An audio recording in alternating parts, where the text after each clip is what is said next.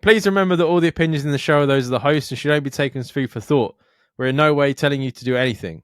Everything is kept anonymous for the safety of the listeners and no information is shared to anyone else. If you are easily offended by people's opinions or views, then thank you for making it this far, but this is not the podcast for you, so see you later. And please enjoy the rest of the show.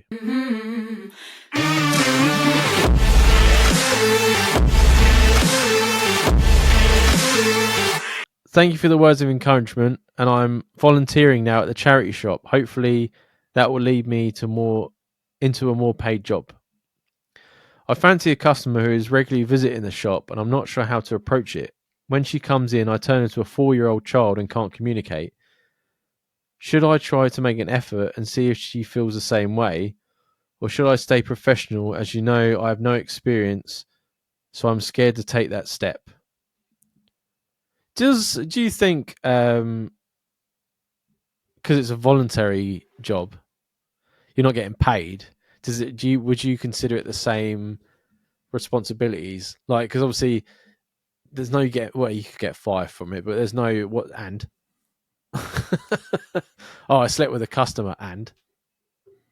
I don't think it makes a difference, even if you were in retail. You'd flirt with loads of fucking customers. I don't think it really matters. I think But there's that whole if it gets messy, then there's that whole like if you're being paid to be there, you're like I can't really go off anywhere because I've got bills that rely on this money.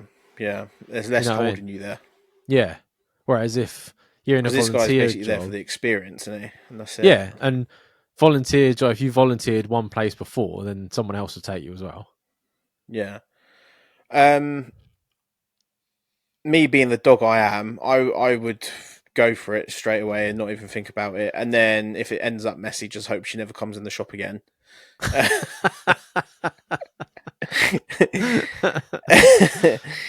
You never know. This girl might be coming into the shop quite often to see you as a listener. I think if she comes in and straight away starts talking to you, she might be coming in to see you. Yeah, absolutely. I had that happen with a girl who I won't name on the podcast.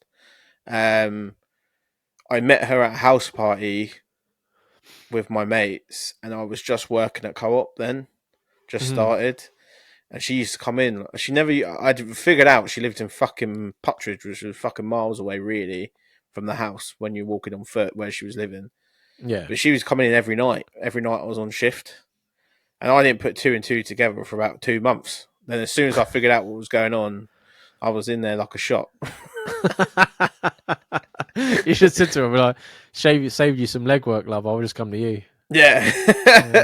I used to get Phil to drop me at her house all the time. Do you know Phil? Do I remember that? I don't know if I remember that. Yeah, Gareth's mate. Do you remember? No, I remember him. You remember Phil, yeah. I don't remember I don't think I remember you getting dropped off. Oh yeah, that was a few times. Okay, now I know you used to hang out with him. I remember that. Yeah, we used to go play pool. Yeah, that was it. Yeah. But in the pub that was right near our house, so we used to go and have a pint in the pub, and then he'd be like, "I'll drop you off on the way back," and I'd be like, "Cheers, mate." Brilliant. Yeah, I would go for it as well. Like, what? You know what I mean? Why not? But there's definitely signs to tell if she's coming in and she's like ignoring you and like just going to her favorite section of books. Yeah, or old clothes. Then I'd be like, maybe she's just coming in for an oogle. But if she's coming in knowing your name and having like a chat, and she's in there a lot longer than she should be, then I'd be like, yeah, go for it. Yeah. What's the worst that can happen? As long as you go in thinking, what's the worst that's going to happen? If I get rejected, I get rejected. Just take it as that. Like, it's not that deep. It's not that serious. I never used to. I think that's why I was always quite confident. Is I never used to think much of it. If I got rejected, I just used to be like, on to the next one. Then she didn't like me. There you go. I get that quite a few times. I got that losing communication. I get that where you're like flustered and your words don't come out. Yeah. And I get like that sometimes in the podcast. When I'm trying to read out emails, I get flustered. And the words aren't there, Jamie. But Yeah, I don't see why not.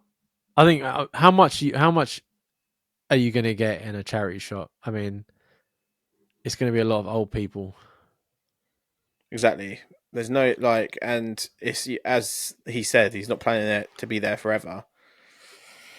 Seize the opportunity, see what happens. People see that you're working in a charity shop and you're young, then people normally think, oh, he's a good guy Mm. because he's doing it. Yeah, I mean, he's not getting paid to be there or anything like that. Yeah, He's that's putting all in his right. bit, Yeah, yeah. So you get a leg up there. and then you get your leg up and your leg over. And you're just surrounded by cheap gifts as well. Yeah, You it's know what like she buying looks this at as well. ceramic piece of shit that some old woman had from the fucking 90s. She comes in and looks at an old VHS of Only Fools and Horses, be like, oh, pounds. I saw you looking at this the other day. I thought I'd buy it for you. Yeah, What 40p.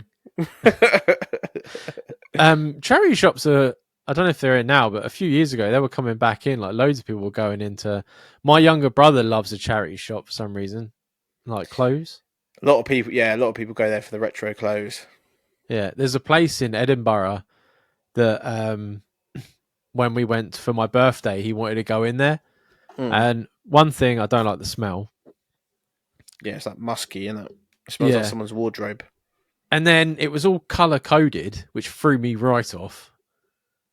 Like, That's I a do bit not weird. want to see all the shirts that are yellow put together. Like, Mm. that makes me feel uncomfortable. And then all the sizes, because of that, all the sizes were mixed up. So Oh, it's so just, you literally had to stand there fishing for a long time. yeah. And That's it that's was why I like don't like TK Maxx, man. yeah, it's like that. Yeah. It's like long and narrow shop. So everyone's standing there trying to look through everything. And then you're like, oh, this is cool. And it's got like the one size. You're like, oh, where the fuck is there any more? And he's like, you just got to look for him. I'm like, fuck that. I'll stand Yeah. outside. We're in an instant gratification world now. We do not need to be sifting through someone else's fucking old shirts No, to where find the did size that suits me. when me and Mum went to Newcastle, they had a second-hand place, including the fucking trainers. I ain't wearing That's weird. dirty old, and they were like rotten as well, like falling Lanky apart. trainers. And they're selling them for God knows how much. I always think that about vintage, like because on vintage, yeah, there's people selling like some worn out pair of Pumas from the 90s. I'm like, mate, you ain't getting £5 for them. I sold brand new trainers and got 30 quid for them, and they were 100 quid trainers. There's no way someone's buying them £5 fucking heaps of shit. There's no way someone's doing that, but someone must be buying them because they're up there. I think some certain people, like I know I've seen a few TikToks and that where they take trainers and they paint them. Scrub them up. Yeah. And they make like unique ones and stuff like that, which is good because they're being reused. But yeah, fuck that. I wouldn't do it. God no. Yeah, that is because I cannot stand. Like, there's been 3 or 4 times in my life that I've gone into a TK Maxx, and I cannot stand TK Maxx at all. Oh, and I say I like a TK Maxx. I fucking hate it so much. I walk in there, I'm instantly annoyed because there's just shit everywhere, and I'm just like, we went in one. I can't remember. We were wasting time. We had Amber with us, Charlotte's niece, with us, who's in the pram, and we had to go in the lift, which was like a crackhead that had sex in there. That's how bad the lift was. And I was in the fucking lift, and it took us up, ricketed its way up to the fucking second floor. I went out, and Charlotte was like, "Oh, you can find yourself a coat in here," because I was looking for a coat. I looked at the coat section, and there was like 4 fucking men just surrounded by fucking coats that were just like all different shapes and sizes. Yeah. And I was just like, there's about 40 coats on like 3 racks. I said, I'm not even going to look. Not even going to fucking look. Fuck that. Nah, see, I said, I'll see you outside. If I know what I want, I can just go in and go straight up to it. Like they do really good like pots and pans and like cups and like travel mugs and stuff like that. It's just never organised though. Like No, I it's was not. looking down their miles, and it's like there's a candle, there's a like a pot, there's like a dog toy, there's just all this shit. Just all it's like someone's just gone to this 18-year-old kid, go and throw all this shit on aisle number 1, please. And he goes up there and he just empties the fucking trolley onto the fucking shelf. That's what it's like. It is like that, yeah. Absolutely. And It's there's like a always jumble sale. but with a fucking a roof. Yeah, it's like a British version of a thrift store, isn't it? Yeah. Yeah, I mean, Fucking hate it so um, much. Can't do it. that's I don't want it.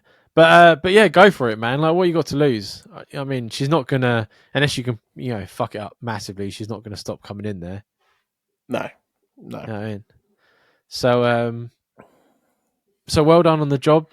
Good luck with the lady, and we hope to hear from you again.